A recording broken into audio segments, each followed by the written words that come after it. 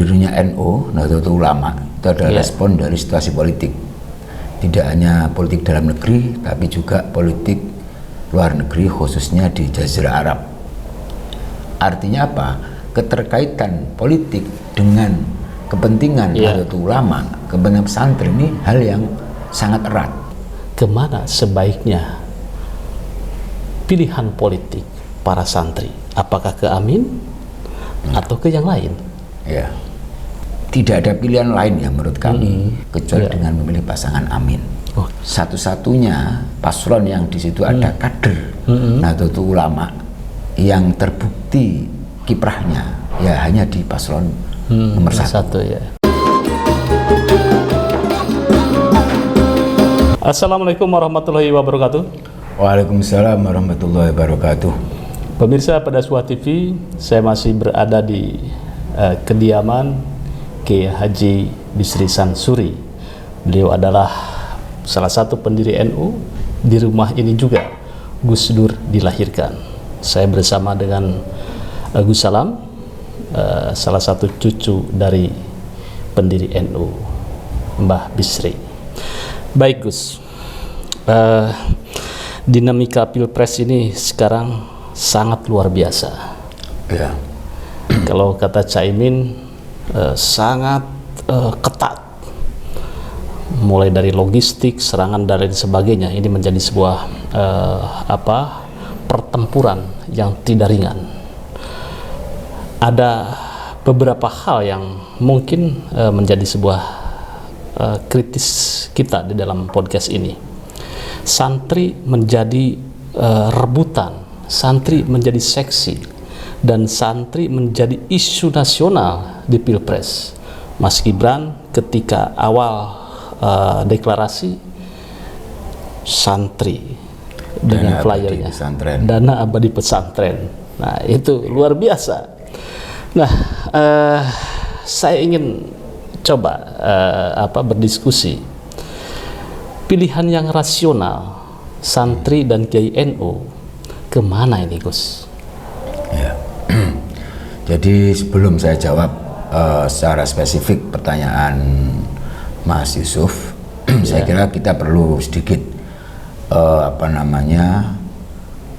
mengingat kembali tentang hubungan antara pesantren, kiai, santri dengan politik. Yang sebenarnya itu sudah terjadi sejak awal berdirinya NU, Nahdlatul Ulama, itu adalah respon dari situasi politik. Tidak hanya politik dalam negeri, tapi juga politik luar negeri, khususnya di Jazirah Arab.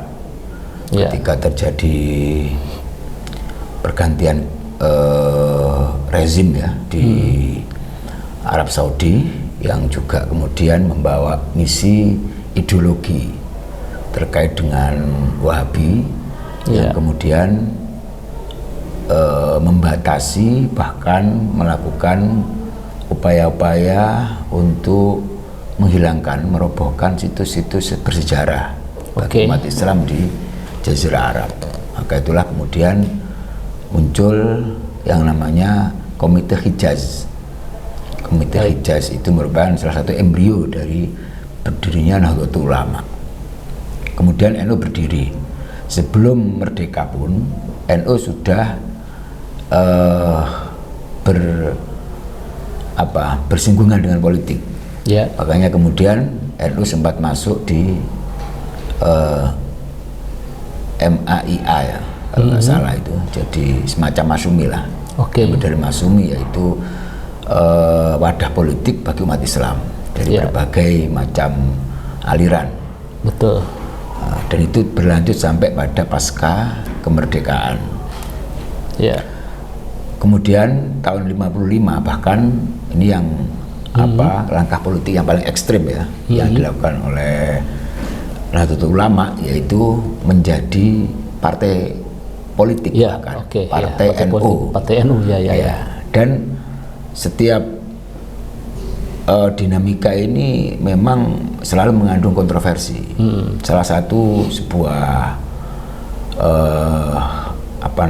sejarah yang cukup populer di lingkungan kita. Ketika NU berubah menjadi partai politik, ini bahkan tidak sedikit kiai yang protes. Kenapa NU kalau kok menjadi partai, kok menjadi partisan, kok tidak tetap dalam konsentrasi keumatan, organisasi yang memang mengurus pada bidang sosial keagamaan. Maka pada saat itu Rais Am NU yaitu Mbah Abdul Wahab Hasbullah mengatakan bahwa kepada para kiai, mohon maaf para kiai, bahwa panjenengan semuanya bisa mengaji dengan aman, tidak diganggu, melakukan ritual-ritual keagamaan dengan situasi yang kondusif. Ini adalah berkat perjuangan kami, perjuangan politik kami di Jakarta. Artinya apa? Keterkaitan politik dengan kepentingan Nahdlatul Ulama, kepentingan pesantren ini hal yang sangat erat dan tidak bisa dipisahkan. Nah, maka dari itu, kenapa dalam setiap momentum politik, apakah NU secara langsung ataukah personal Nahdlatul Ulama itu selalu terlibat, itu merupakan kewajaran dan keniscayaan. Nah, untuk memperjuangkan aspirasi pesantren, warga NU, dan kepentingan-kepentingan tujuan-tujuan utama dari Nahdlatul Ulama, yaitu membumikan akidah Ahlussunnah wal Jamaah Nahdiyah dengan memperjuangkan nilai-nilai luhur yang selalu ditanamkan oleh para kiai dan para pendiri. Itu Mas. Nah, kemudian dinamika terus terjadi dan juga yang cukup momentum yang cukup penting dalam perpolitikan keterlibatan politik Nahdlatul Ulama atau pesantren adalah di masa reformasi.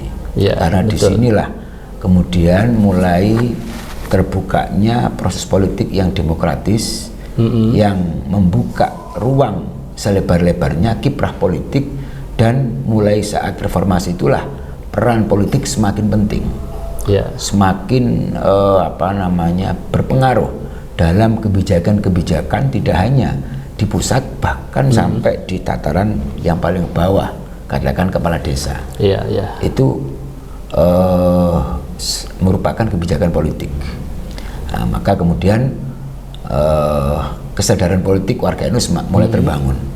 Apalagi pada saat reformasi, kemudian para kiai NU, bahkan kiai yang ada di PBNU waktu itu, mendirikan wadah politik Nahdlatul Ulama yang namanya Partai Kebangkitan Bangsa atau PKB, yang saat itu Dewan Suronya adalah Ki Haji Abdurrahman Wahid Gus Dur dan ketua umumnya adalah Pak Matahari Abdul Jalil.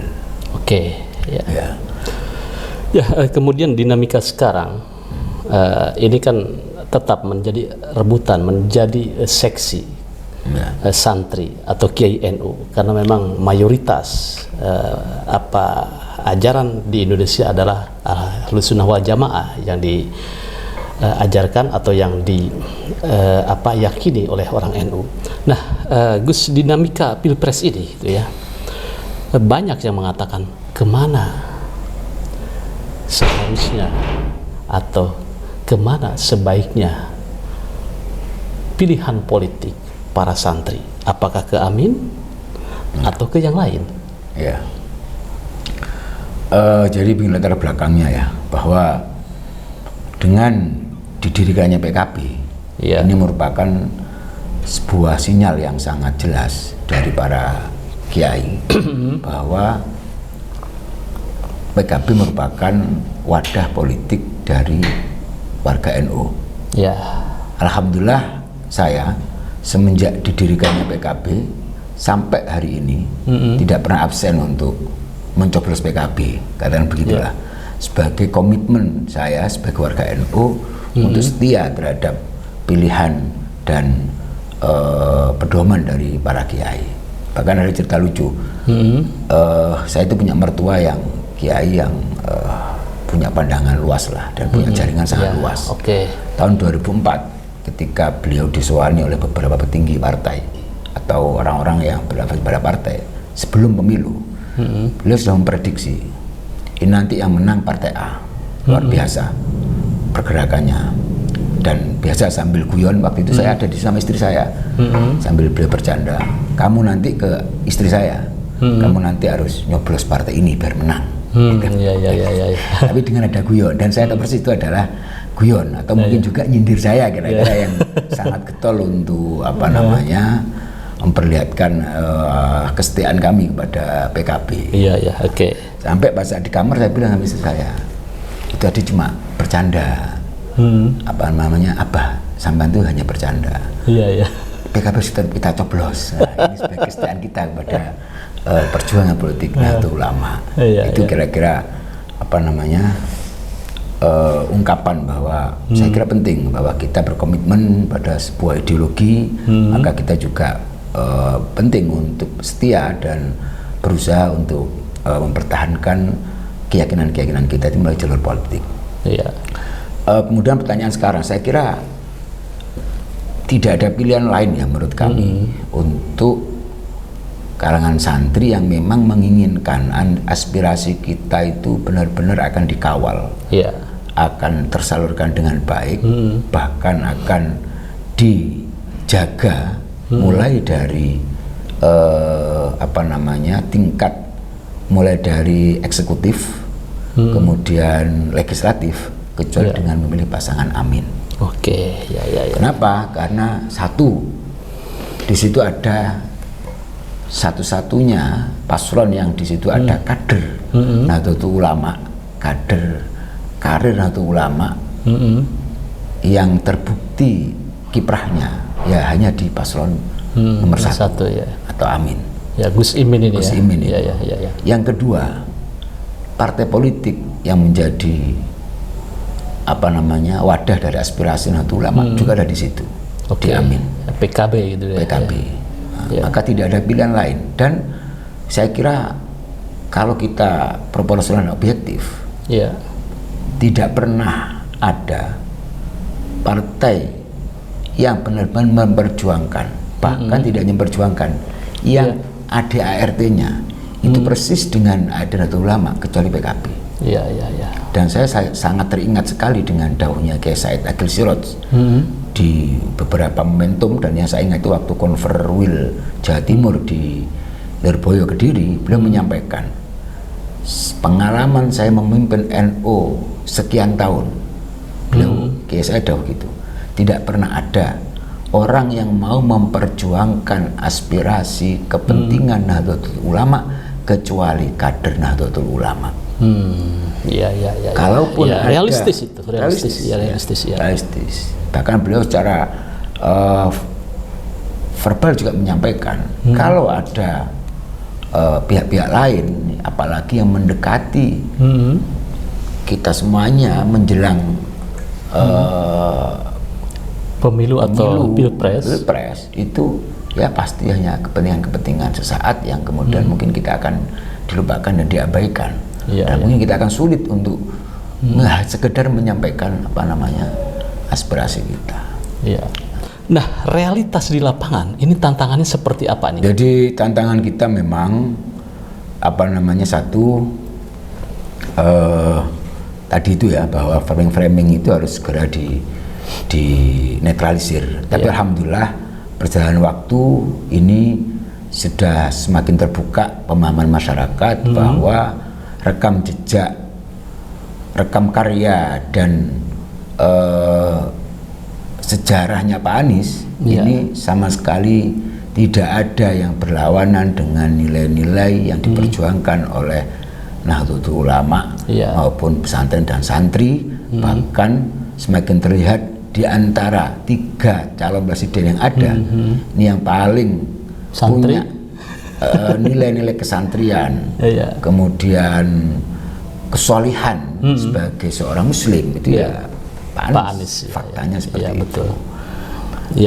Kemudian tantangan yang kedua, memang Pak Anies ini kalau di kalangan menengah ke atas, akademisi, kemudian orang-orang yang rasional, orang yang mampu atau punya perhatian kepada media sosial dan pikiran yang proporsional itu sangat kuat pemilihnya. Tapi itu kan hanya sekian persen. Nah, ya, tantangan kita adalah mengenalkan Pak Anies di tingkat grassroots. Oke. Di tingkat grassroots. Kenapa? Betul. Karena kalau paslon yang lain, karena begini, salah satu tantangan yang paling utama Pak Anies kan di Jawa Tengah dan Jawa Timur. Betul. Kenapa? Karena sebelum gabung dengan Gus Muhaimin, Pak Anies ini kan nggak punya instrumen terstruktur untuk mensosialisasikan diri ke grassroots kecuali relawan. Iya. Yang tentu relawan itu punya keterbatasan dan tidak terstruktur dengan baik ya jejaringnya kan begitu. Nah, sementara di Jawa Tengah dan Jawa Timur ini struktur yang rapi dan sampai ke bawah. Kalau partai itu ya PKB di grassroots ya, grassroots atau di koalisi pendukungnya Pak Anies dan Gus Muhaimin. Makanya kemudian baru setelah koalisi antara Pak Anies sama Gus Muhaimin, bergeraklah PKB ini dengan melalui jejaring yang dia miliki sampai pada struktur di desa, di ranting untuk memperkenalkan pasangan Amin. Sehingga memang butuh waktu. Ya. Tapi menurut saya apalagi setelah masa kampanye ini dimulai, saya kemarin sudah keliling ke Jawa Timur, saya lihat sudah mulai banyak baliho ataupun alat peraga kampanye yang sudah masuk ke rumah-rumah, door to door, baik itu dari relawan, caleg, koalisi pengusung maupun dari simpatisan. Saya kira kami sangat optimis ya bahwa karena gini, penerimaan terhadap Amin yang mengusung tagline perubahan itu sebenarnya sangat mudah. Kapasitas, kapabilitas dan track record paslon nomor 1 ini yang terbaik di antara yang ada. Jadi Anda yakin pasangan Amin itu menang? Yakin. Oke, ya mudah-mudahan ini menjadi sebuah perenungan bagi kita semua bahwa kaum santri saatnya bangkit, kaum Nahdliyin saatnya bangkit, jangan jadi penonton. Ada cawapres dari kader NU, dari santri. Mungkin ini adalah momentum yang harus kita tentukan. Terima kasih. NU bersatu untuk umat. Wassalamualaikum warahmatullahi wabarakatuh. Waalaikumsalam warahmatullahi wabarakatuh.